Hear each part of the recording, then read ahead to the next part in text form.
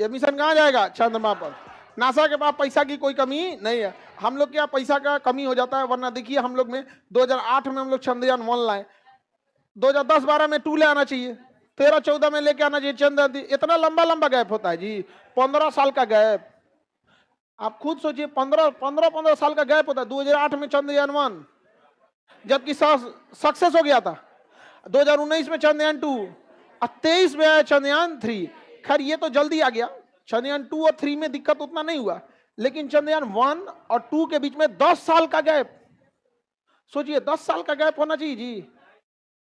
जितना जल्दी एग्रेसिव रहिएगा उतना फायदा होगा। जो आगे निकल गया वही रूल करेगा अंतरिक्ष में, जो आगे निकल गया वही रूल करेगा। देखिए रॉकेट जो होते हैं ना, वो महंगे इसलिए हो जाते हैं कि वो लौट के नहीं आते हैं। सपोज कीजिए आप एक हवाई जहाज से पटना से दिल्ली जा रहे हैं, लेकिन वो हवाई जहाज बस एक ही बार यूज हो सकता है। आप अंदाजा लगाइए किराया कितना महंगा होगा। वो बार बार यूज होता है, दिन भर में 5 शहर की कम से कम उड़ान भरता है। दिल्ली से उड़ के आता है पटना, फिर वापस पटना से जाता है दिल्ली, दिल्ली से चल गया कोलकाता, कोलकाता से वापस आया पटना, पटना से फिर गया दिल्ली, साफ सफाई हुआ, तनी आराम किया, फिर उसको रख दिया यहाँ पर। इस वजह से किराया सस्ता पड़ता है, क्योंकि हम उसका रीयूज कर लेते हैं। अगर दोबारा यूज नहीं करते तो कोई भी चीज़ महंगी ही आती है। रॉकेट के साथ भी यही होता है, एक बार हम सैटेलाइट में छोड़ देते हैं तो दोबारा हम यूज नहीं कर पाते। स्पेस एक इलॉन मस्क की कंपनी दोबारा यूज करने लगी, वो छोड़ के आता है रॉकेट, फिर रॉकेट आके लैंड हो जाता है, उसमें फिर ईंधन वगैरह भर दीजिए, पेंट वगैरह साफ सफाई करके दोबारा यूज कर लीजिए यहाँ, तो वो सस्ता हो जाता है। तो इसरो ने भी इसको सिस्टम को लॉन्च किया, लेकिन दोनों में अंतर है। उसका जो रॉकेट है इलॉन मस्क का, वो खड़े उतर जाता है इससे, जिस वजह से उसमें एक्सीडेंट की संभावनाएं ज़्यादा होती है। लेकिन उस तुरंत पैसा वाला देश है सब।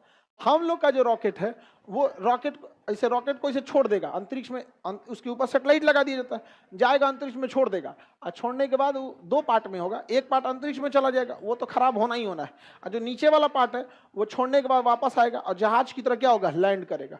ऑटोमेटिक जहाज की तरह क्या होगा, लैंड करेगा रनवे पर। तो कर्नाटक के चित्रदुर्ग एयरबेस पर वायुसेना को बुलाया गया और डीआरडीओ ने कहा कि देखिए हम कोई धोधड़ मशीन बनाए हैं, ये क्या है आपको मतलब नहीं है, इसको अपने हेलीकॉप्टर में टान लीजिए और ले जाकर अंतरिक्ष में हवा में उड़ाइए और कहीं ले जाकर छोड़ दीजिए। ले गया हेलीकॉप्टर ऊंचाई पे और वहीं ले जाके छोड़ दिया। पूछ रहा है कि टूटे फूटेगा नहीं, तो कह रहा है अरे आप छोड़िए ना जी, टूटे फूटेगा नहीं। जैसे उसको छोड़ा गया हवा में हुआ, उसका सेंसर ने भांप लिया, तुरंत विंग्स उसका निकल गया बाहर।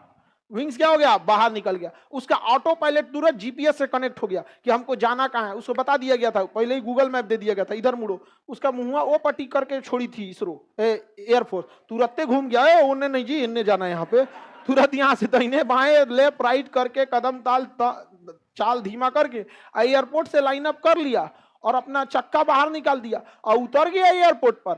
एयरपोर्ट पे उतरा तो इसका स्पीड बहुत ज्यादा था, देखा कि अरे बाप रे तो हम हिल जाएंगे एयरपोर्ट के आगे, थुथुर लड़ जाएगा मेरा। दाएं से पिछवाए को पैरासूट खोल दिया, तुरंत पैरासूट खोल दिया यहाँ पे और उतर गया, पूरा सक्सेस हो गया हम लोग का। तो हम लोग के रीयूजेबल रॉकेट में एक्सीडेंट की संभावनाएं कम है। समझ में आ गया कि नहीं आ गया?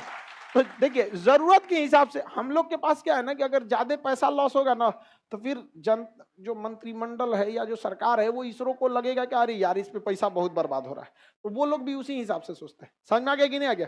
तो किसके सहयोग से हुआ है? एयरफोर्स ने चिनूक हेलीकॉप्टर में लादा और टांग गिरा दिया उसको।